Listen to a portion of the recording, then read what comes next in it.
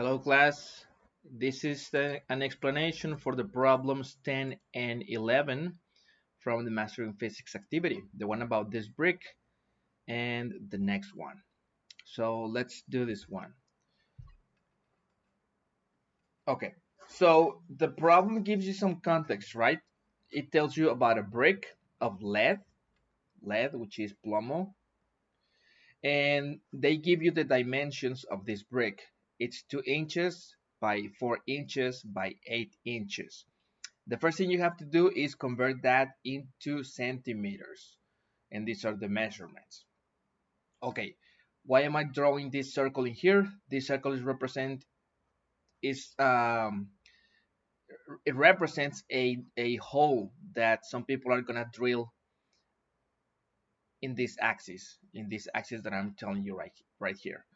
And basically what's going to happen is that that amount of lead will be displaced or taken out of this brick, and I'm actually putting that lead in here. It's basically like taking out a little tube from the middle and taking it out from this brick.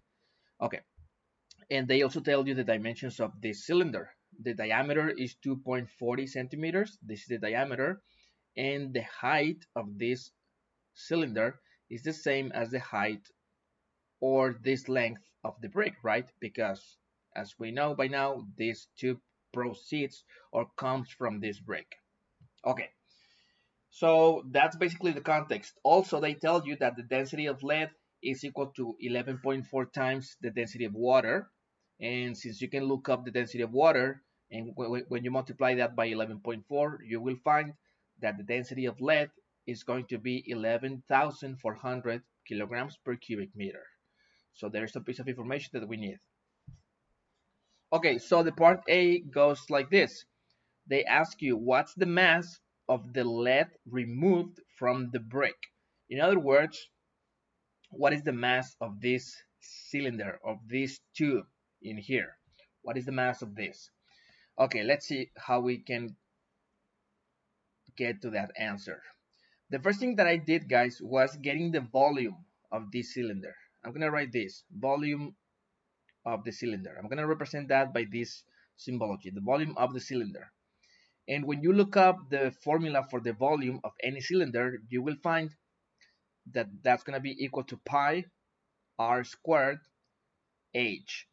And in this case, well, pi, you know what pi is. What is r? R is the radius of the base of the cylinder, the radius. Okay, so in this case, the radius is not 2.40. This is supposed to be the whole diameter. So my radius is going to be 1.20 centimeters, and it's raised to the square. And the height is this much, okay, which is 20.32 centimeters. Since I already did many of the calculations, I'm gonna write the result right away. What you're gonna get when you multiply all of this will be 91.92 cubic centimeters. And what you need to do next is transform this into cubic meters. You're gonna see why in a moment. I'm gonna transform this into cubic meters, and you will get 9.19 times 10 to the minus 5 cubic meters. So this is the volume of this cylinder.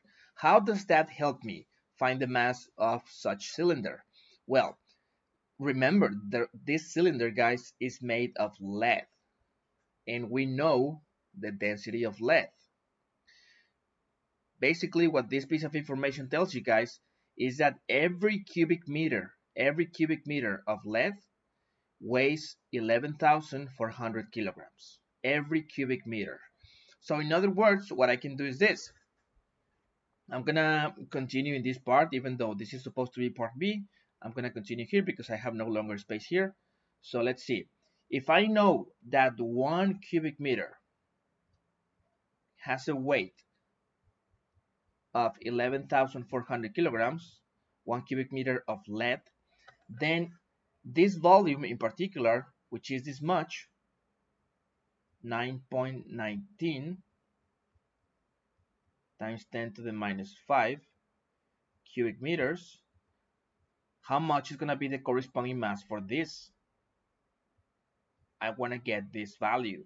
If 1 cubic meter of lead corresponds to this many kilograms, then this many cubic meters of lead will correspond to how many kilograms. That's what I want to find out.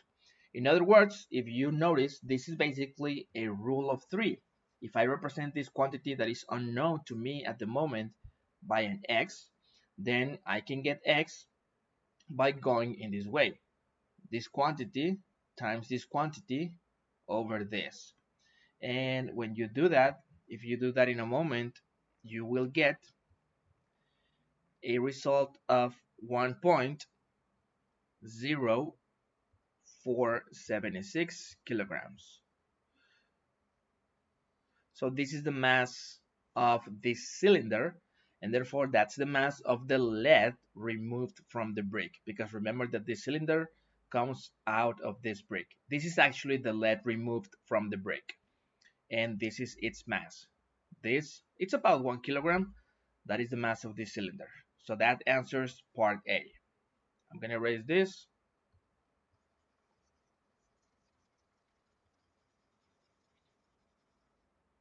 And let's continue with part B. It says, what percentage of the original lead remains in the brick? And then they give you the following. When you're going to enter the answer, they give you something like this: mass of the remaining over mass of the original. Okay, because at the beginning, you have a solid brick. There is no holes, nothing. It's just a prisma, okay? It's just a block or a brick of solid lead. So let's first calculate the mass of the original brick. Let's calculate that stuff. The mass of the original brick, which I'm going to represent by M original. Okay, how do we calculate that? Well, similarly to before, what we have to do is get the total volume of the original brick. The total volume of the original brick, which I'm going to represent by V original. That's the volume of the original brick. And clearly, since it's a prism, it's a brick, you just have to multiply side times side times side. That's going to be the volume of the original. And what I get when I do that is 1048.77 cubic centimeters. And one more time, let's convert that to cubic meters. When you do that, you will get 1.048 approximately times 10 to the minus 3 cubic meters. This is the volume of the original brick. Okay, how does this help me find the mass of the original brick? This is just the volume, but I want the mass. Well, what is the brick made of? One more time, it's lead. And we know that for every cubic meter of lead, you have 11,400 kilograms. So now if you have this much lead in volume, you just write it down here.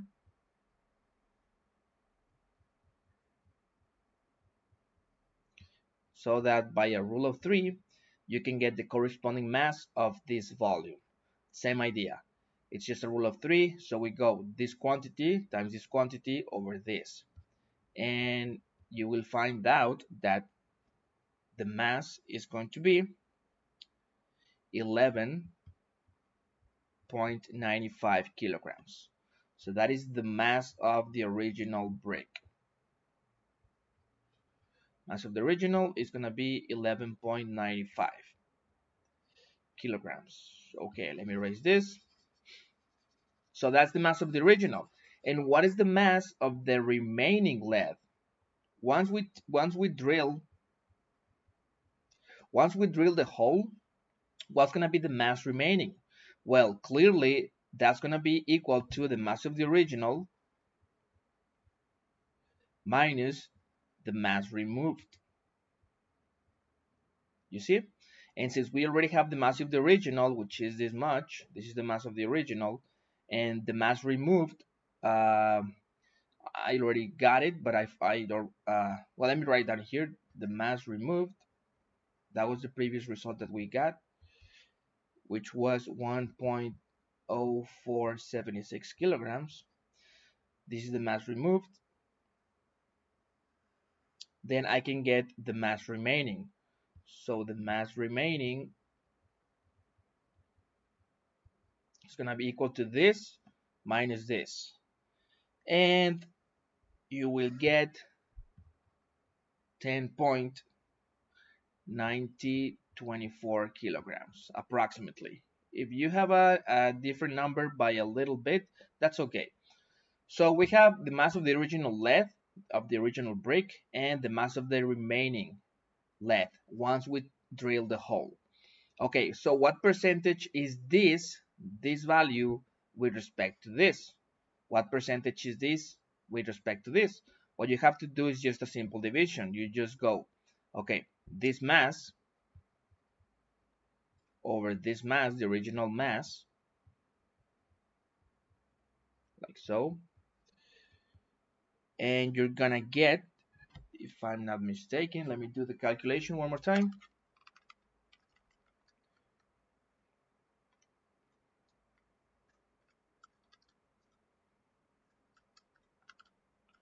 You're gonna get 0.912, and then you have to multiply by 100%. So when you multiply this times 100%, what you will get is 91.2%. So this is the result for part B. I'm gonna write it in yellow. 91.2%. There you go. This is the result for this, and this is the result for part A, which I'm gonna put in here. 1.0476 kilograms. Okay, so that's how this problem works, guys. I don't want to do part C because I don't want to do the whole problem for you. You need to think a little in order to get part C. But I believe I have already sketched the problem for you. I have already solved the first two parts, which are maybe the most complicated ones, and try to get this one, the part C. It's done in pretty much the same way. Try to follow the same approach. So let me stop the video and then I will continue with the next problem.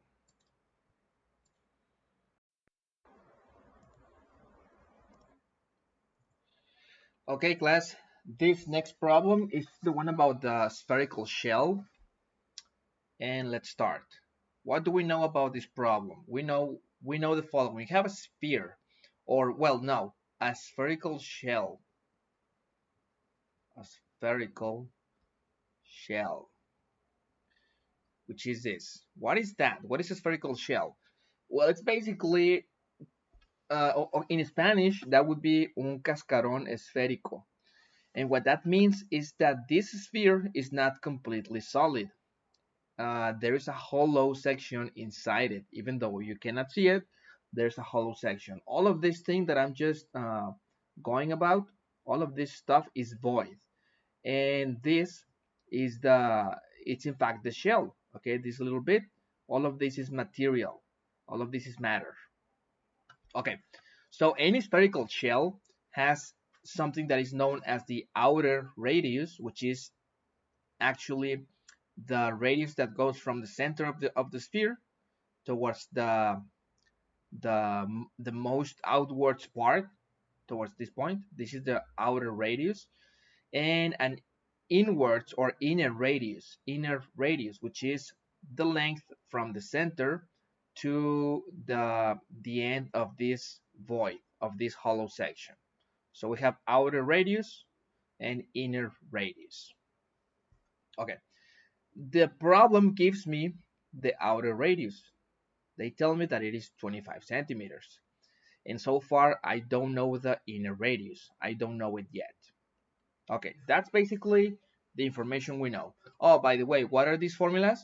These are the formulas to get the volume of a sphere It's basically 4/3 of pi times the radius to the cube, the radius of the sphere. And this other formula is to get the area of a sphere, which is this much. And what I mean by the area of a sphere, I mean the surface area. That's what it's known for. The surface area. Okay? All right. We're going to use these formulas in a moment. So the part A asks you, if the hollow section, that is all of this, hollow section in black, if the hollow section takes up 78% of the total volume, what is its radius? Basically, what they're asking me is get the inner radius, get this length, this little radius. How do we do that? We do it in the following way. I'm gonna use this fact, the fact that this volume of the hollow section is 78% of the whole volume of the sphere. The whole volume of the sphere. Okay? So basically, what I'm going to do is the following. I'm going to write a formula for the volume of the whole sphere. The whole sphere. So that's going to be equal to 4/3 times pi times the outer radius, which is this much. The outer radius to the cube. That is the volume of the whole sphere. There it is. And since I know the outer radius, which is 25 centimeters, therefore I can calculate the volume of the sphere, which is this much. And I already did the calculation. And that's going to be equal to 65,449.8 cubic centimeters. So this is the volume of the whole sphere, taking into account also the hollow section. Okay, now let me write a formula for the volume of the hollow section, which is all of this inner sphere, this inner hollow section. According to my formula, according to this formula, the volume of the hollow section has to be 4/3 times pi times the radius of this hollow section. What is the radius? It's this much, Ri. And since I don't know Ri yet, I'm just going to express it. I'm just going to write this, Ri to the cube. That's all I can do at this point. That's all I can do at this point. Okay, now, how do I exploit this fact? If the hollow section takes up 78% of the total volume, how do I exploit that fact? Well, basically, guys, what that tells you is that the ratio or the division of the hollow volume over the volume of the whole sphere, the ratio of this to this is 78%. Okay, and 78% can be actually written as 0.78.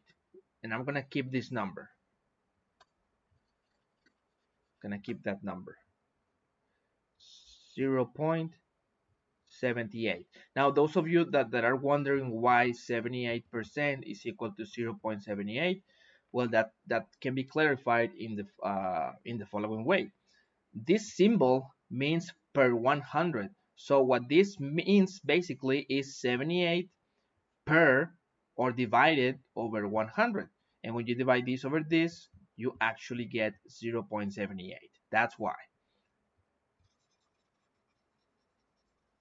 Okay. So now I have this, guys, and I'm going to exploit this little equation. See how. This is how. I'm going to write VH, which is this much. I'm going to put it right there. And then VS, which is equal to this much. I'm going to put it right there. I'm gonna continue over this section. So I'm going to write 4/3 times pi times Ri to the cube over 65,449 0.8 equals 0.78, like so. Okay, so look at this equation, guys. Look at this equation. I'm not going to do the rest for you. All I need you to understand is this. This equation has only one variable, and that variable is in fact Ri, the inner radius. Can you see? All the rest are numbers that you know, and therefore you can actually isolate the inner radius. Do it on your own. I'm not going to do it. And you will find that that inner radius is very close to 23 centimeters. Very close to 23 centimeters. So that would be the answer for part A, because that's what they were asking me. What is the radius, the inner radius? So it's 23 centimeters. There you go. But I'm not gonna tell you how to isolate Ri. That's gonna be on you. And finally, the part B. Part B says, what is the ratio of the outer area to the inner area of the shell? So what we have to do is, one more time, use these formulas. In this case, this one, the one for the areas. And what I'm going to do is this. I'm going to write the ratio of the outer area to the ratio of the inner area. This is what I want. I want the ratio of the outer area to the inner area. That's what I want. So the outer area, according to my formula, should be equal to 4 pi and then the radius to the square. But what radius? Well, since I'm talking about the outer area, I should use the outer radius, which is 25. So I'm going to write 25 centimeters to the square. Don't forget the square. Over the area, the inner area. And according to also the same formula, that's going to be 4 pi times the inner radius, which I already know because I just discovered it to be 23. So 23 centimeters to the square. So this fraction, that is the ratio of the outer area to the inner area of the shell. All of this fraction, which is, according to this equation, equal to all of this. So all you need to do is simplify this expression or this fraction. Simplify all of this in your calculator. 4 pi times 25 to the square over 4 pi times 23 to the square.